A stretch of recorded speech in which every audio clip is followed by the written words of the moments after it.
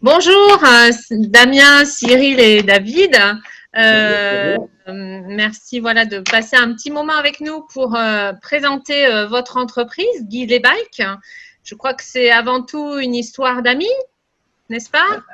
Alors c'est ça, Guilly Bike maintenant on a 5 ans, la structure a 5 ans et à la base, comme vous dites, c'est 3 copains, David, Cyril et moi-même qui sommes moniteurs de VTT, qui avons décidé de monter une structure qui permette, grâce au vélo assistance électrique, d'emmener les gens, les touristes, même les locaux et tout, en montagne avec ce nouveau mode de déplacement.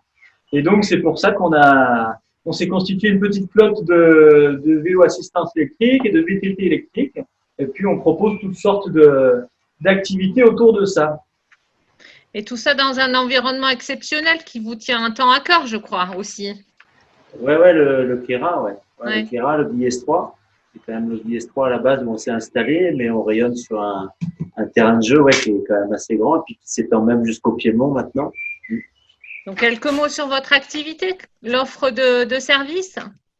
L'offre de service, elle s'est grandement étoffée là depuis 5 ans. On était simplement dans un petit chalet au départ avec une quarantaine de vélos à nos débuts et on a presque doublé le parc et aujourd'hui on tient un vrai magasin sur Églier qui du coup répond à plusieurs demandes, des réparations aujourd'hui, c'est quand même un grand pas en avant pour nous, des locations toujours sur différents types de vélos entre des vélos de ville, des gravels électriques, des suspendus enduro en électrique et même en classique petit à petit.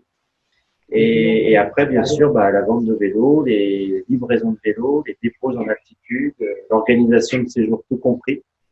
Et ça, c'est aussi un grand axe de développement. D'accord.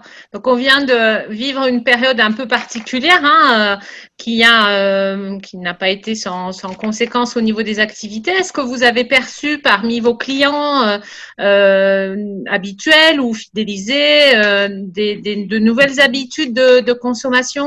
C'est-à-dire que là, du coup, on était beaucoup plus proche des locaux finalement que la clientèle touristique qu'on a habituellement sur cette période-là. On a axé notre travail essentiellement sur la réparation de vélos pendant cette période. Et le coup de pouce vélo du gouvernement nous a pas mal aidé à nous faire connaître pour ça, puisque l'atelier est ouvert finalement que depuis l'année dernière. Donc on commence à être identifié vraiment comme réparateur vélo.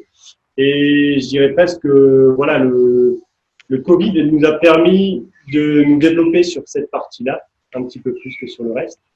Après, maintenant, on aimerait bien embrayer sur la suite et faire profiter pendant l'été les autres services. Bien sûr, oui. Les vacanciers qui voudraient bien nous voir.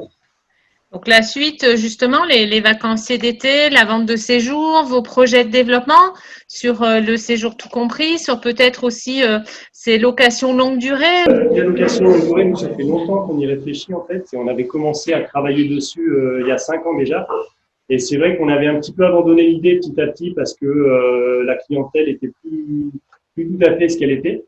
Et là, on revient à ce service parce qu'il y a une vraie demande en termes de mobilité douce dans le département.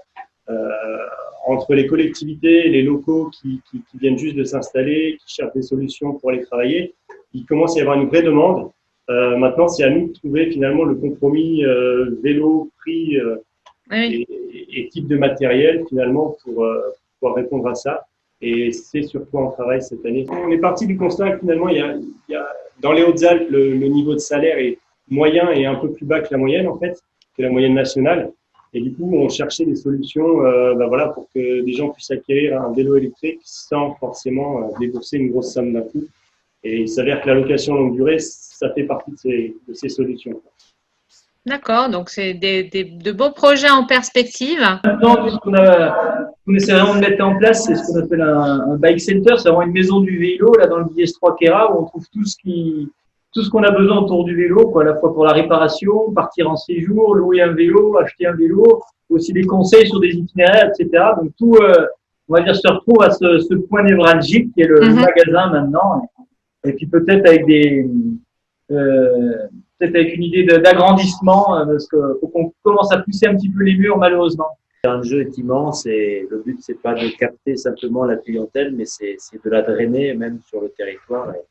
Et je crois que maintenant avec nos partenaires, on l'a tous compris. compris, il faut utiliser les atouts, les points forts. Donc, merci beaucoup à vous trois. Merci.